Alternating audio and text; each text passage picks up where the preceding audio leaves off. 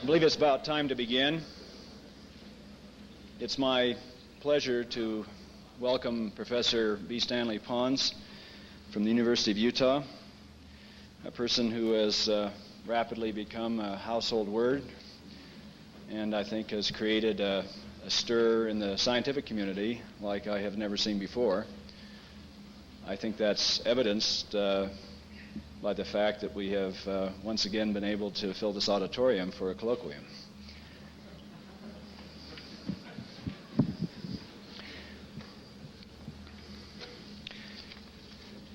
Although Professor Pons is well known, perhaps some of his background is not, and I'd like to take just a couple of minutes to brief you on that. He graduated from Wake Forest University in North Carolina in 1965 with his bachelor's degree. He continued his education at the University of Michigan, but after 2 years interrupted it to work in a family business for a period of about 8 years. Returning to his education in 1976, he worked with Professor Fleischmann at the University of Southampton in England, where he received his PhD in 1978. He joined the chemistry department at Oakland University at that time. Subsequently, after a 2-year period, he went to the University of Alberta. And in 1983, he joined the chemistry department at the University of Utah. In 1988, he became chairman of that department. With pleasure, I want to welcome him here.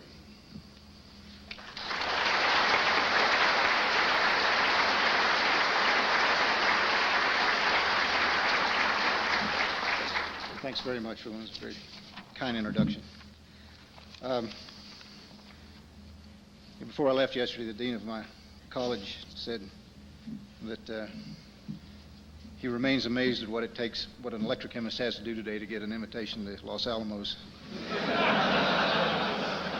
So he said, you still know how to attract attention, he said. So, but thank you very much for the invitation to come down.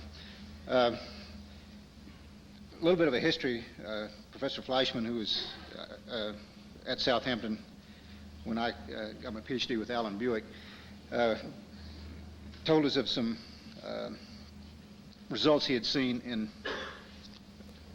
for separation factors of deuterium and hydrogen in metal lattices, particularly in palladium. And those results seemed very strange to a number of people for some time. In Utah, some 10 years or 8 years later, so we were collaborating on other things. And in the context of trying to make metallic hydrogen, that was something that I had been interested in for some time, trying to look for ways to do that. We discussed in the possibility of doing this in metal lattices because of the very large high pressures or high apparent pressures that you could derive in these metal lattices.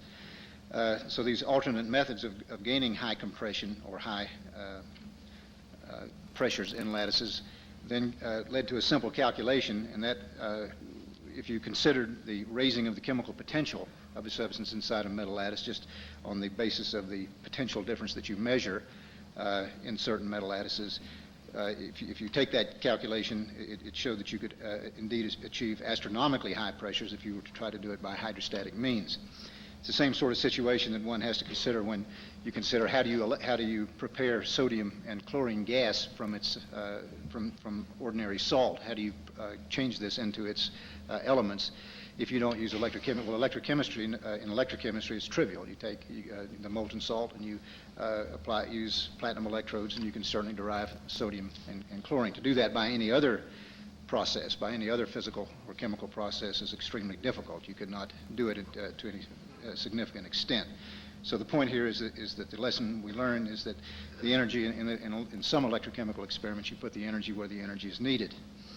So anyway, these sorts of pressure equivalents that we were calculating immediately led to the thought that there must be more interesting reactions that we could look at other than metallic hydrogen. And indeed, we considered the possibility of fusion of like nuclei in these metal lattices, specifically deuterons. So we designed a rather far-fetched experiment, and that was hanging a cube of palladium into a large volume of D2O electrolyte for some months. We got a negative result. We then made some modifications to the electrode. We changed the current density sharply, and a few hours later we discovered that the cube had vaporized most of the equipment around it. So let me show, so from then on we decided to change the experiment, which we did. We started over at a very low level, and for the next 5 years tried to be a little bit more careful. And the reaction then which we're considering, if I could have the first slide. Okay, the cell that we're talking about is this. Is it properly focused? There you go.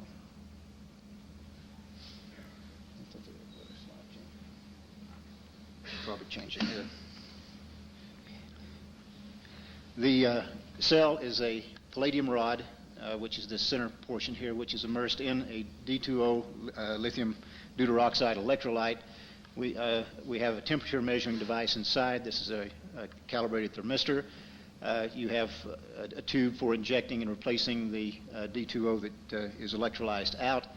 You have a simple resistance heater so that we can do Newton's law of cooling curves or the heating coefficient measurements by injecting a known current and a known voltage into this device. And we have a secondary electrode, auxiliary electrode, which are these horizontal lines, which is platinum wire wrapped around a glass basket, which totally surrounds the electrode. You then have a cell. The external portion of the cell, which is all glass, can either be an evacuated dewar if you're looking for very small heat changes. An evacuated dewar is best if you're looking at medium heat changes on the order of a tenth of a degree or a degree. Then you can just use a cell that's not evacuated. And if you're looking at very high temperatures on some of the larger electrodes, then we would just use a single wall cell in order to increase the heat flux through the device so we can make a more rapid measurement. And let's see, the whole thing is mounted in a KELF plug at the top. All that's sealed with parafilm, so there's only one avenue of escape for gas, and that's through this fill tube.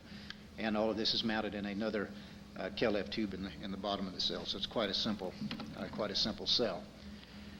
This is the Utah U1 tokamak.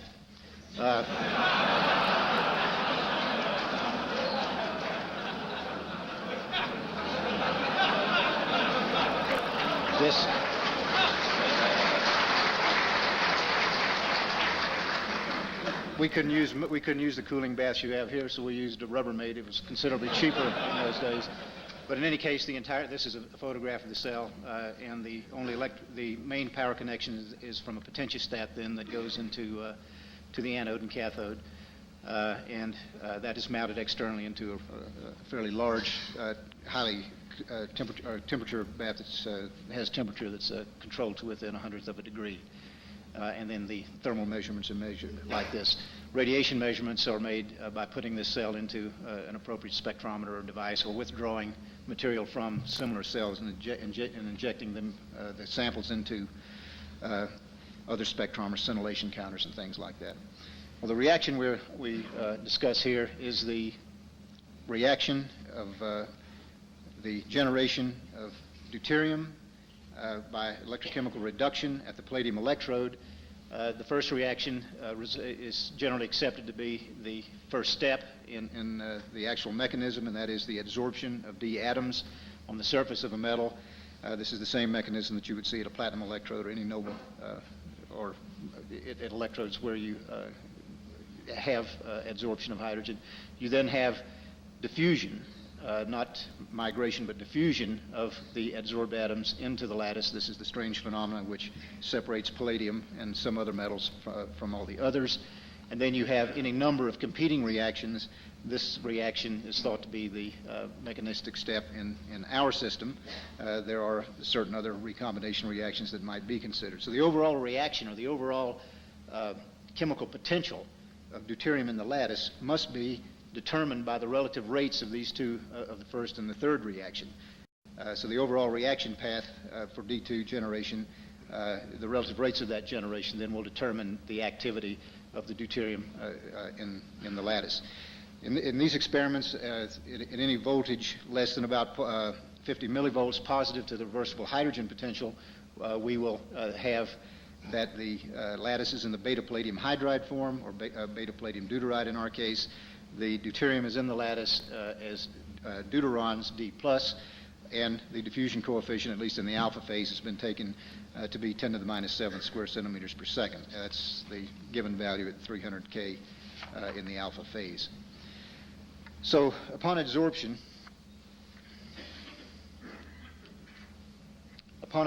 then, it is well known that the atoms then diffuse into the metal lattice, but not as atoms, but as deuterons. So if we can draw a potential energy surface here for the dissociation of water into adsorbed palladium atoms, we see then that these atoms on the surface then diffuse into the metal lattice, and will do so at the diffusion coefficient then I just mentioned. If we then, an electrochemist then would consider or would view the situation that the potential energy surface now in this strong potential field of 10 to the 11th volts per meter near the surface, or approximately that near the surface, we have a shifting of the potential energy surface down, and it's lower. It's by an amount that is the difference between the solution potential and the inner potential, or the Galvani potential, in the metal. So now the deadsorbed diffuses into the lattice into a very shallow potential well. I'll mention more about that in just a moment. And the electron enters the band structure of the metal, and we know that because in migration experiments, if you now put a potential field across this electrode in solution, you can draw the deuterons to one side of the electrode or other. This is quite a well-known phenomenon. So it is in the lattice as D+. In other words, we have a low temperature plasma at this point.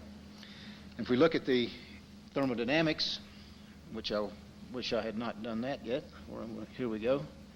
If we look at the thermodynamics of this situation, it's also well known that the electrochemical potential must be the same across the interface, and therefore the sum of the chemical potential in the Faraday times the solution potential must equal the chemical potential in the lattice times the Faraday times the inner or galvanic potential in the metal. And so we can measure this quantity by a number of electrochemical means, and the minimum value which you measure is on the order of 800 millivolts. So we say, wonderful, so what? That's not a big deal. But the big deal is that if you were to try to change the chemical potential of deuterium gas from this process by compression, by hydrostatic compression of deuterium, then you would indeed have to develop 10 to the 27th atmosphere. So this is the astronomical pressures or compressions that we thought that we would have available to us for consideration of a reaction. The point is although these pressures are not attained, the cohesive strength of the palladium lattice, I think, is only about 4,000 atmospheres. The process of dissolution of deuterium into that lattice is a very high energy process. We also point out that deuterium gas is never seen in the lattice. There's very little, which indicates that there's very little s electron character surrounding the deuterons, and indeed the electrons, the deuterons are shielded then by the electrons in the lattice, and it is indeed D+ in the lattice, as I mentioned. Further, the observation of these very high constant separation factors, if you measure the separation factor for hydrogen and deuterium in the metal lattice, you find that they go to extremely high values of about 9.5.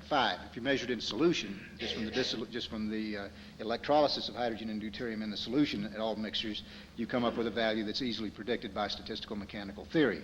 And that's what, 1 over 2,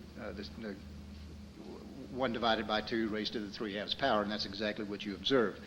So the only theory that explains the very high pressures or the very high separation and constant separation factors that you see in the lattice as a function of applied electrode potential indicates, or it can only be explained if the hydrogen and deuterium in the lattice, the hydrogen in the lattice is considered to be a classical oscillator. In other words, a zero-point energy, not as a quantum oscillator. So in this situation, we have the possibility, or we have high compression, we have extremely high mobility. These things are very free to move in the lattice. We therefore have many collisions and very long confinement times. So we therefore considered the possibility under these high energy conditions, reactions of this other form. Reactions of this form. I don't know how that got in there.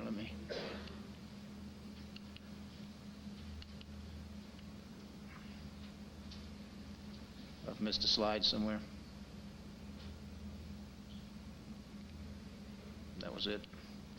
So we considered reactions of this form then in the lattice.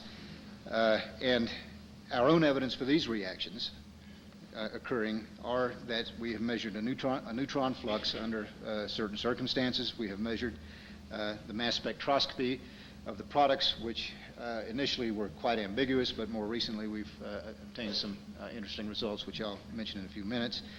We were really looking for helium-3, which is extremely difficult with the equipment that we had or have to work with. We've measured the gamma ray spectrum associated with a thermal neutron gamma reaction with the water in the water bath, tritium measurements, and calorimetric measurements. So I'd just like to take a minute or two to discuss each one of those results. I'm sorry that one slide was out of order. The one way to measure tritium, of course, would be to use a sealed cell. This might be a nickel cell, and to catalytically reconvert the deuterium and oxygen by some catalytic converter in the top. Dr. Gottesfeld here has given me some very good hints on how to do that, and look for the tritium, the TDO or T2O accumulation in the liquid state. We did not do that. We just let the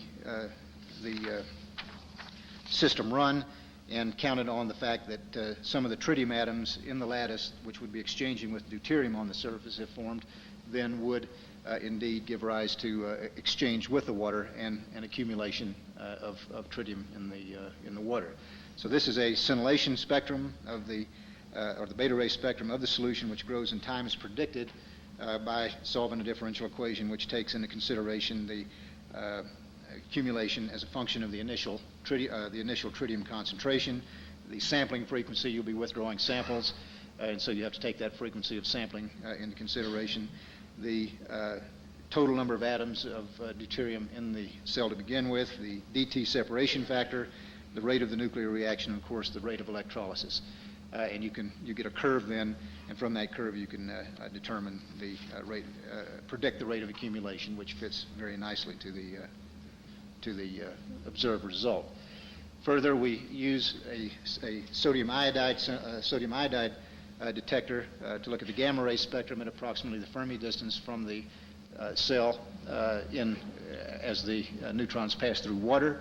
And we have indeed obtained a spectrum which has a peak near 2200 keV, which we attribute to the in-gamma reaction of thermal neutrons with water in the solution. Further, with a Bonner sphere of not very high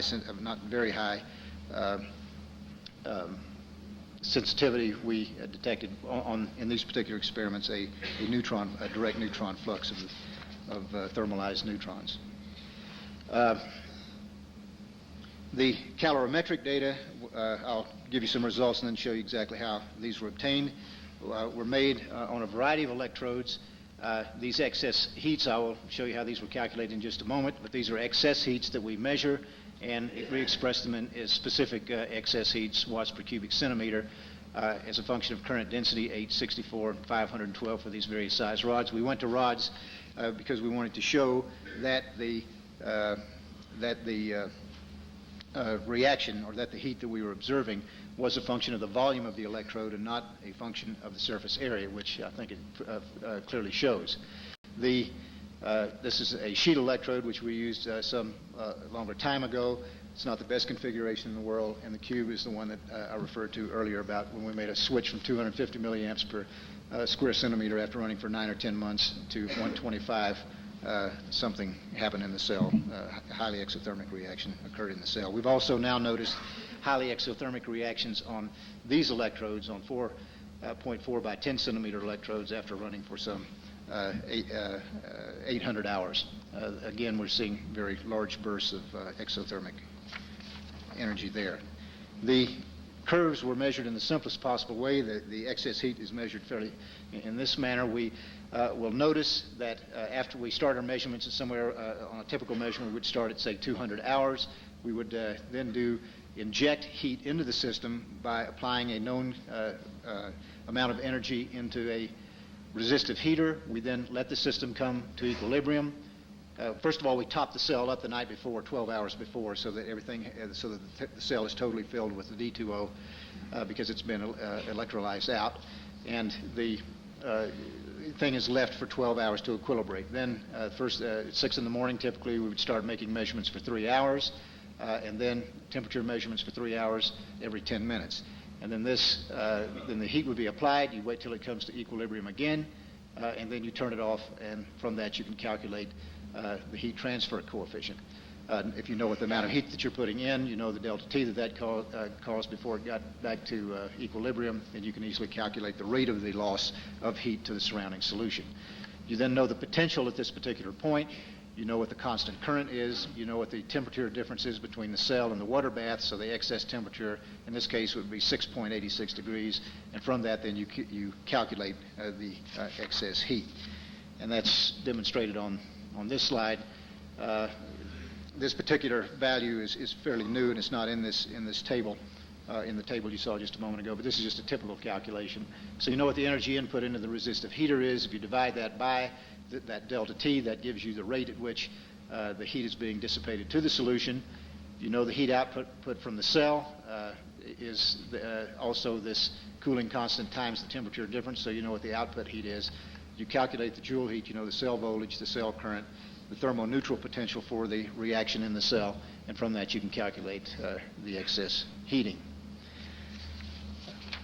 We have also published a table of break-even, and this is based, when you want to talk about break-even, you of course have to take the various reactions in the cell into account, and in this particular case we've considered 3 cases, and that is this reaction based on the joule heat supplied to the cell and this anode reaction.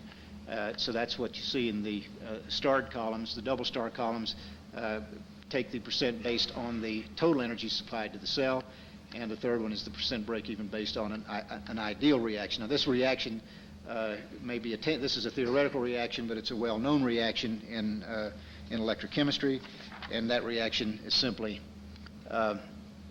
that you collect the gas, the deuterium gas that's boiling off of this electrode, pump it back around into a fuel cell anode so that you have oxidation of deuterium back to water on this side. So that reacts, the energy that it takes to do that, you're not really accomplishing any work here. So the energy it takes to do that at a conservative estimate would only be about 1/2 volt. So that's a very efficient process and requires very little energy to do. And the last couple of points I wanted to make, just one further thing about the actual pressures obtained in the machine.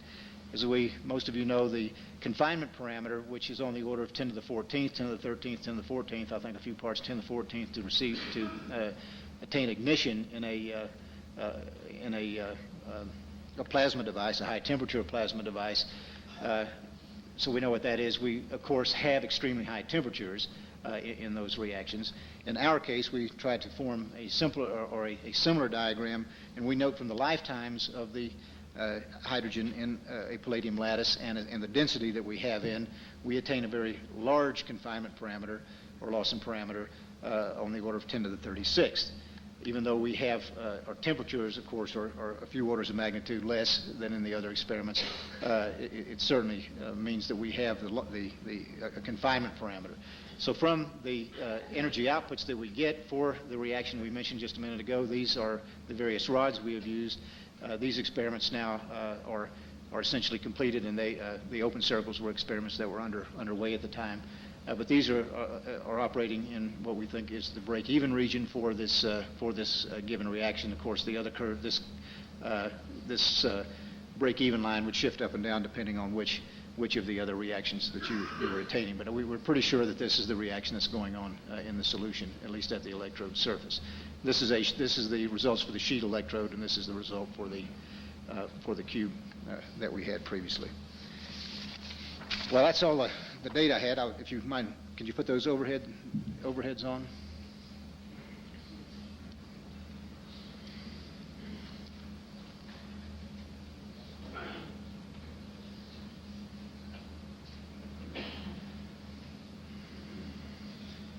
In closing, I would like to acknowledge Martin Fleischman, my associate in this project and graduate student who did most of the work in the recent months, Marvin Hawkins, Jerry Smith, who's in the audience, who's known about this experiment for some years and has always given us constant encouragement, Bob Hoffman for measuring the gamma ray spectra, Jim Brophy, Vice President of Research at the university, Ron Bullough and David Williams from Harwell, who have assisted us with some experiments towards the end of the work. And the last slide is acknowledgement of support. Sorry about that. But most of this work, well, all the work initially was funded by ourselves for some time, more recently the University of Utah and University of Southampton. And we thank Johnson and Matthey for supplying the rods recently or the rods for the experiments on their university loan program, and more recently for the Office of Naval Research for continuing support. Thank you very much again.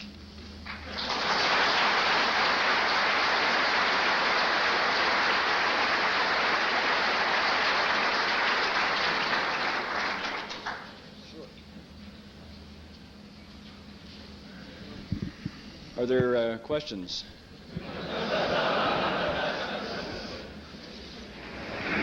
Would you please comment on a report I heard this morning where you were talking with newsmen about duplication of the experiment with non-deuterated water, regular pure water? Chevis Walling and Jack Simons have presented a very nice theoretical paper to a journal, which they expect to be accepted today or tomorrow, according to the reports. And in this theory, they very accurately predict the fusion rates, the energies that we should be seeing. And a couple of the other predictions they made is that we should see, one of them was that we should see helium-4. And then we never looked for helium-4, and we went back to the old mass spectral data for January, and sure enough, there's two very well-defined peaks at mass 4, one for the deuterium and one for helium-4. Which we've substantiated. We've gone back to the lab last Thursday and Friday and indeed have seen a large amount of helium, about 10 to the fourth times less than you would expect. I mean, 10 to the fourth times less than the D2 that's present, which is exactly the ratio that they predicted. A further thing they predicted was that the rate of reaction between deuterium and or between light between protons and deuterons is about almost 100,000 times faster than the deuteron-deuteron reaction in their scheme. They have a scheme of of shielding by a heavy electron of effective mass 10 times the normal electron in that lattice.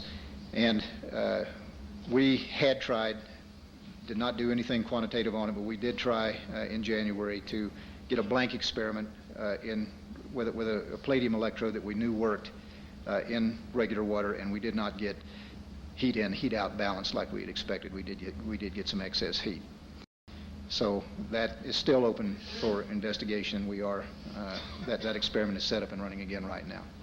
But the heats were fairly small. The baseline experiment that we've done the most with has been a dead palladium rod, one that never got started because of some metallurgical reasons probably, or some surface effects.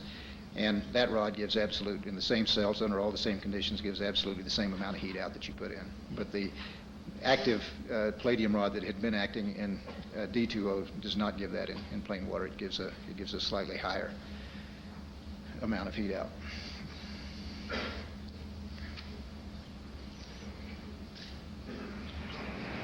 What data or scientific arguments makes you exclude the possibility that the additional energy you see is from other exothermic chemical reactions? The amount of heat that's generated, I do not think can be explained by any known chemical reaction. You measure the volume of water that you're consuming. You measure the deuterium and hydrogen the deuterium and oxygen that you're getting out. I can't conceive of any other chemical reaction. All of the electrical energy that go after gases are evolved at the electrodes. If you measure the gases, if you measure those gases, that you could count for like 99.7% of all the liquid that's being consumed and all the gases that are being produced. So it balances. So I don't know what other chemical reaction could be sustained for that sort of periods of time that would give up that much energy. I heard some discussion that the lithium as the electrolyte was not simply an alkali, but not probably replacing the sodium or potassium. Is there anything to this? No, we are indeed doing potassium, sodium, and per-deuterated tetraalkyl ammonium salts right now. Lithium was chosen for a number of reasons, but we simply stuck with it during the whole tenure of these experiments. But lithium might play a part. It is plated onto or alloys with and is stable with in aqueous solutions on a palladium surface. So it is in the metal, but not to a great extent. But there is some in the metal. It doesn't diffuse very far in. Would you suggest any difference between lithium-6 or lithium-7 on this? I had one slide here. That reaction certainly has been implicated, and we will have to look for the appropriate products for that reaction as well. I think the sodium and potassium experiments will sort that out quickly. They do not alloy with palladium. If you assume that all of your heat comes from conventional nuclear reactions, how many neutrons would you have expected? How much tritium would you have expected? And how does that compare with what you measured? There's 10 to the 9th times more than we're seeing. We would expect to see 10 to the 9th times more than we can account for by the heat that we see. So you say you can't understand how you would have gotten the energy by conventional chemical means, but we can also understand how you would get it by conventional nuclear means. Is that fair? Conventional nuclear means, that's correct. The reaction that's been proposed is the internal conversion of an excited state helium-4 atom down to its ground state in the metal lattice.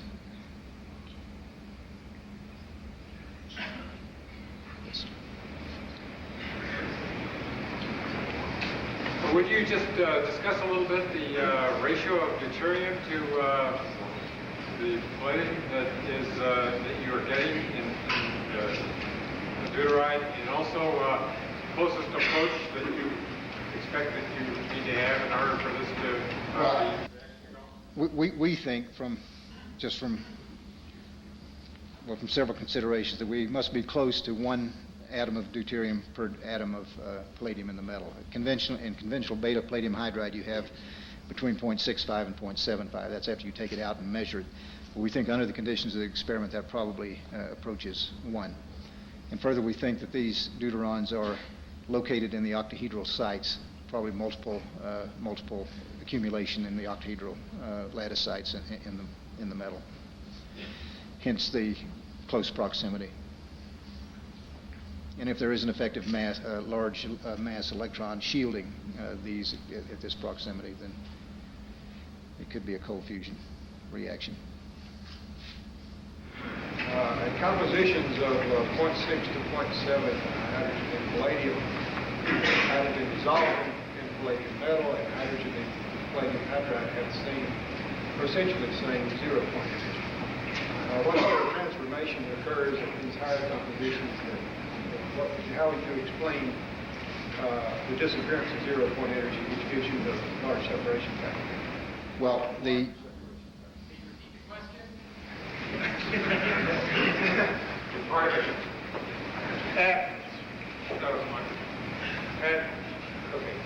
At compositions of 0.6 or 0.7 hydrogen to metal or hydrogen to palladium ratios at room temperature, one has the same 0 point energy or within 10% of hydrogen in palladium hydride as hydrogen in palladium. And the same is true for deuterium. Now, at the composition he observes, he sees the 0 point energy go to 0, which is just what you need, although 0 point energy gives you a high separation factor. How do you explain the disappearance of the 0 point energy? That is, that the At room temperature, under normal pressures, palladium hydride is there as a normal quantum mechanical oscillator with an Einstein temperature of about 800 degrees Kelvin. Under his conditions, he sees the 0 point energy disappear, therefore the hydrogen is no longer localized within a site. Basically. Yeah, I mean, the only way we're going to tell is to certainly do ab initio calculations on this, taking into consideration the very high electrode potential across the interface. Go ahead. And, yeah. Okay, and under these conditions, it's simply that is what is observed. You do not observe these high potential differences if there's not an electrode potential applied. But palladium diffusion tube experiments, super base formation on the inside of palladium diffusion tubes, things like this certainly support that the chemical potential has been raised markedly in that lattice. So I think it is just due to the additional compression that is afforded by the continued diffusion of this material under the very high electrical potential conditions that you put on the surface, very high surface coverage conditions. So we're not going to be able to tell that until the proper calculations are done. A second question. How does the metallurgical treatment of the palladium influence this? All of our samples were cast. I think most of the commercial samples of wires that you buy are extruded. In one casting that did not work, this blank electrode that I told you that does not work, that particular one came out of the casting in quite bad shape, and they milled it, they machined it, and that one never worked either. So we think there is a metallurgical problem here. Certainly cast electrodes have a better performance ratio than extruded. So I do not know enough about that problem yet. We've sent some of the samples back to Johnson and Matthey for surface and bulk analysis. Went back. And yes, and please speak up so we can all hear. Okay. We've heard that the reads in your experiment on the palladium electrode have some role in results that you see. Can you elaborate on that? Do you need palladium reads on the palladium electrode, or we have simply always used, in order to omit any confusion about junction potentials and other chemical effects that may take place, have simply always used 100 micron, I think it's 150 or 100 micron palladium wire that has been spot welded to the top of the palladium rod. That's always been our connection. I understand that there has been some extremely high junction or capacitance measured between beta palladium hydride and things like copper, for instance. In fact, they exceed those of barium tantalate in some cases. So there is an implication that this is a much higher dielectric constant in beta palladium hydride, which can be seen. So I don't know. We need to look at that, but we've always just used the palladium. It seems a lot less ambiguous.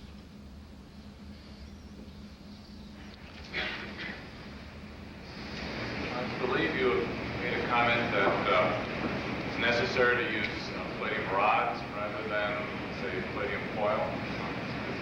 Well, no, the reason we went to rods was to have a convenient method for maximizing the volume to surface area ratio, so we could unambiguously say that this process is a function of the volume of the metal. In other words, it takes place inside the metal.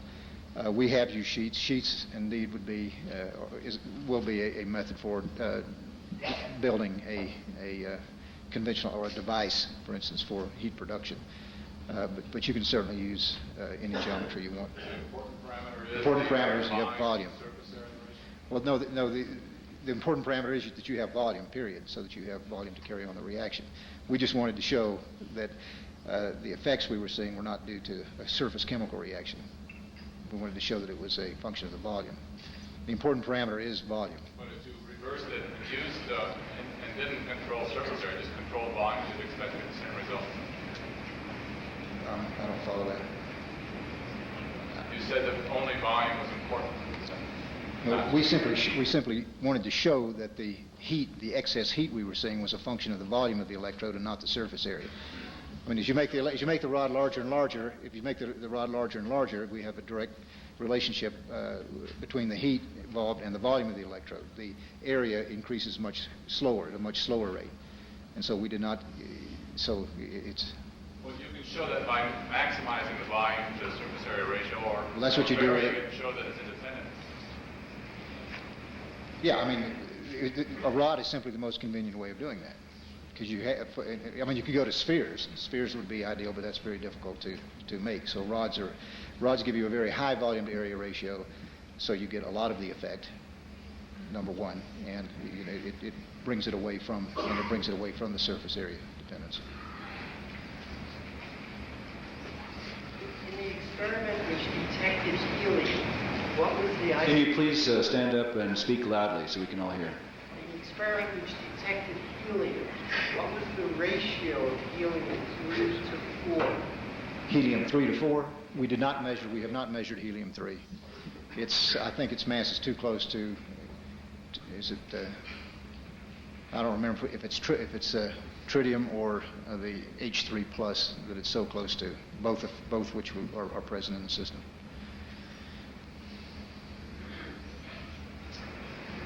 I understand that D2O can have tritium, and that's an impurity quite often. That's correct. Is there any tritium in your original? Yeah, I don't have a copy of the paper with me, but it's in the paper, and that's the experiment which I showed here started out at 18 disintegrations per minute and ended up at 100 and I just don't remember the figure. It's something 225, something like that per minute. It's in the paper,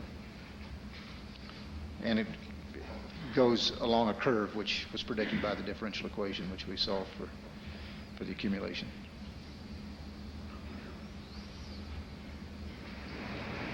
Do you think the peculiar properties of palladium are essential to this experiment? No, I think any number of metals which show high, or alloys which show high hydrogen permeability may be of that crystal structure anyway, could give the same result. We have not tried any other metals yet, but we certainly want to try. Titanium, for instance. Titanium absorbs many times more hydrogen at high temperature than does palladium.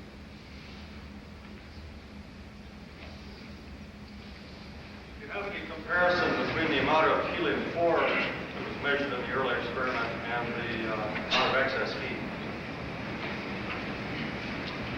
Again, that prediction is in the Simons-Walling paper. I'm sending copies of that down to Rulon in the next few days, so he will have that and make it available to you. But they made a very close prediction as to the excess heat generated.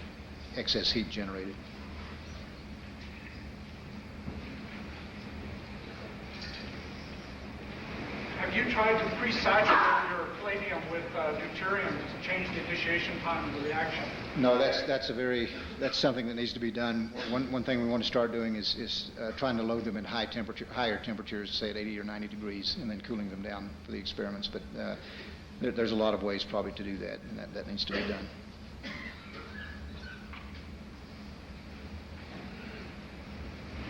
What evidence do you have that these lattice sites are multiply occupied?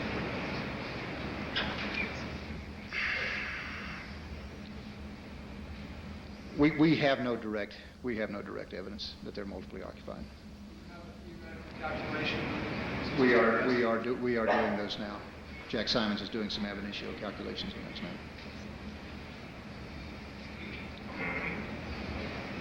Can you describe how long after the initiation of the experiment you first see excess heat, and then subsequently how long does it take the excess heat to reach equilibrium?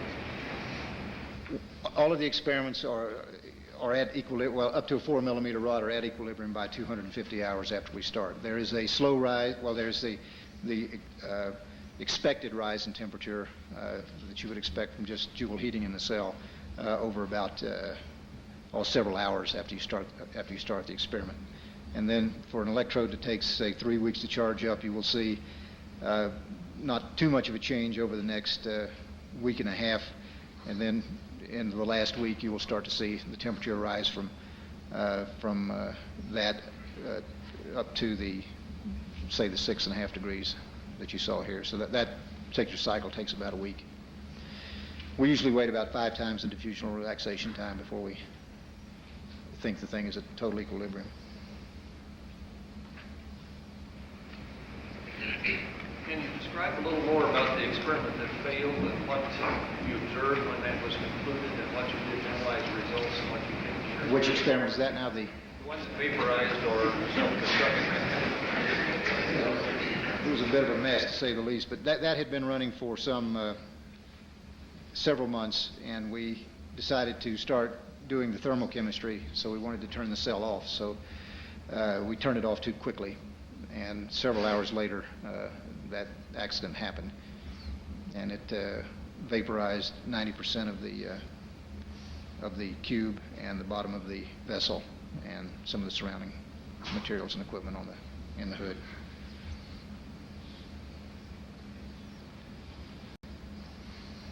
That was also a cast, by the way. How do you derive the confinement parameter 10 to the 36 particles per cube? We've simply taken the estimated lifetimes of beta palladium hydride that are in all the metallurgical texts, and assuming a density that we would obtain by having one hydrogen atom per palladium atom in a volume that size, and multiplying them times each other.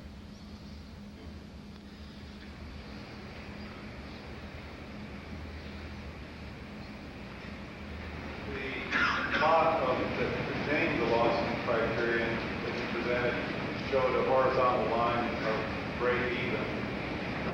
Is the scaling of that just simply based on the observation that you had apparent break even? Yes. Or it's not a theoretical? No. That comes from the calculations in the first table.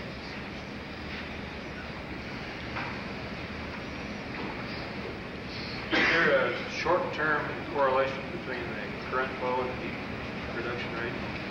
Short-term? Yeah, what's the time constant for changes in heat rate if you change the current?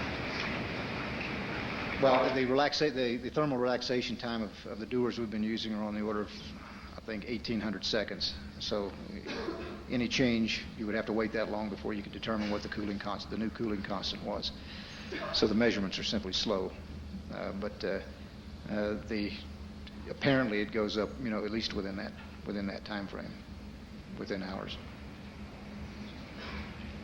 I mean, we could do that for large electrodes. We could do that experiment in a test tube instead of a dewar, so that we would have a much quicker cell cooling constant, or much more rapid attainment of equilibrium, and make those measurements. And we are going to do that with the larger electrodes.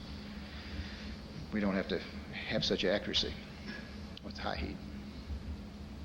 Suppose everything works great the way you think and hope that it does. What do you see as the critical things that would need to be done between here and getting practical power output? Well, just getting a database and find out what these electrodes act like as a function of geometry and everything as you scale them up. We have to scale it up and see. It's going to be I don't see any problem, but we just need to see what the radiation looks like and what the thermal balances are as you start to make the devices larger.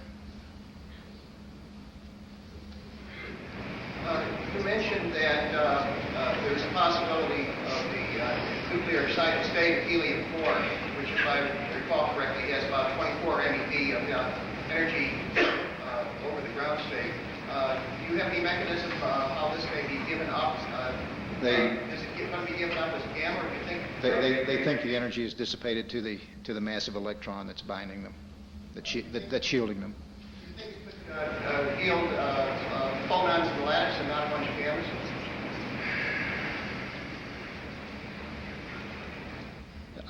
That's clearly a possibility.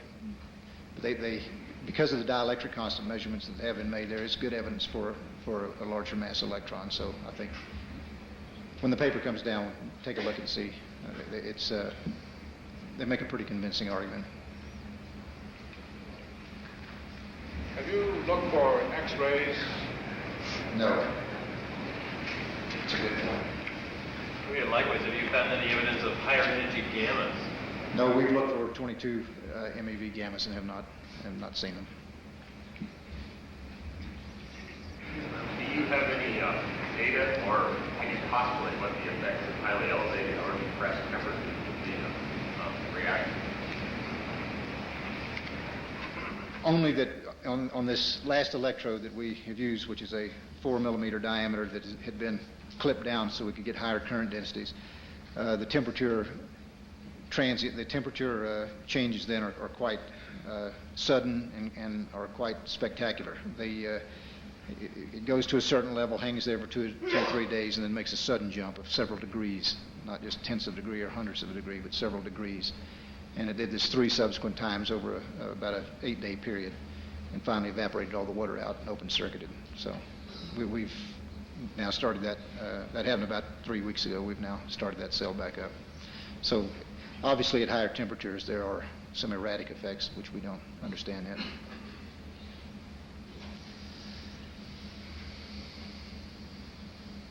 You mentioned the possibility of clusters of neurons in your remarks. Again, this just gets you back to the multiple site occupancy of deuterium in the lattice.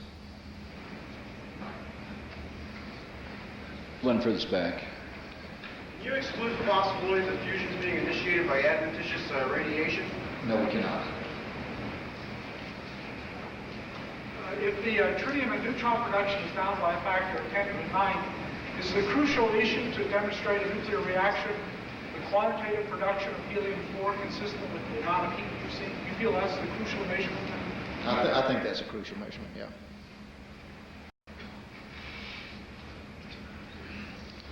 Have you examined your palladium electrodes after the fact to see if there is no electrical change? The state of beta palladium hydride is extremely hard, a very hard substance compared to the soft raw palladium.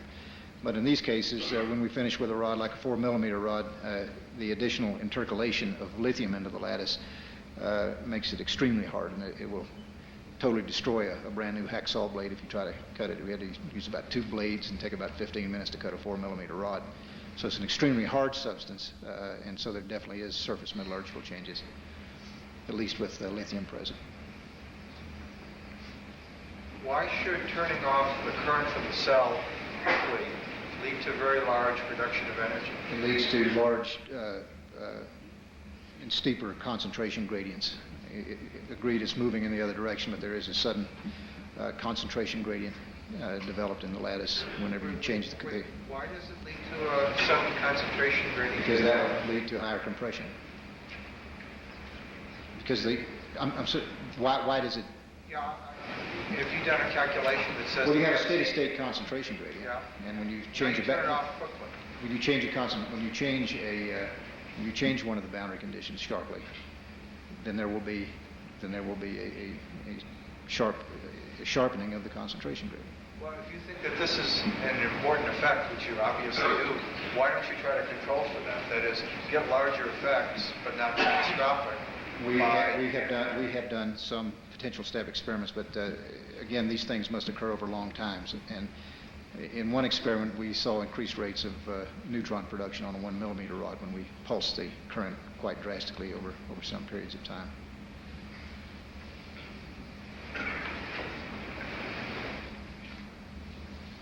To your knowledge, has anybody seen these large excess heats 10 to the 9 times larger than conventional nuclear reactions would lead to?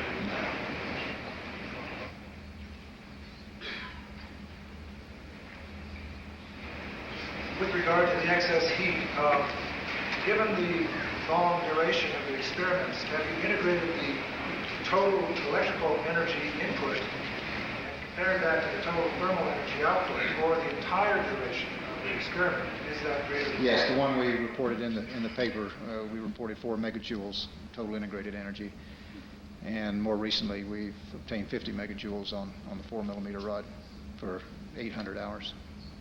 The question had to do with the ratio of the electrical That's the excess energy. That's the excess energy.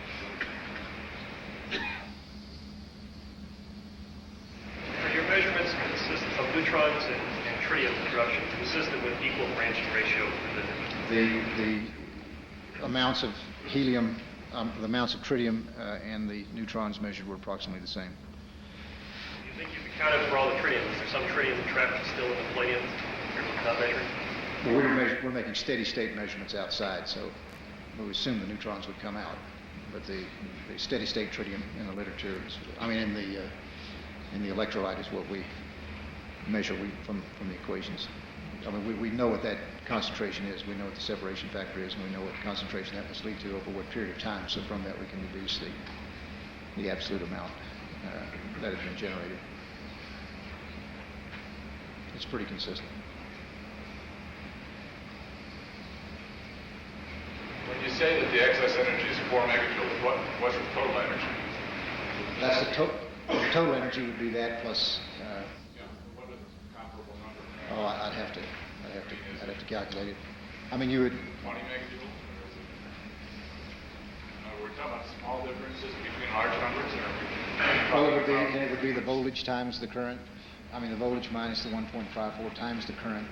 All of that multiplied by the total time of the experiment.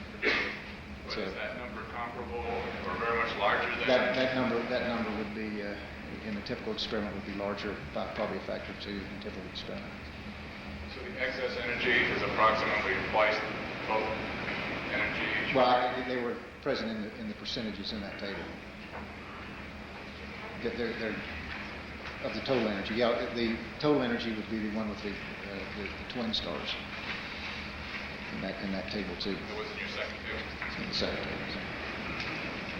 So they're on the order of 10 to 50, 60%, something like that. I mean, the table in the paper was calculated and had 3 different reactions, and one was an excess over joule heating. Right.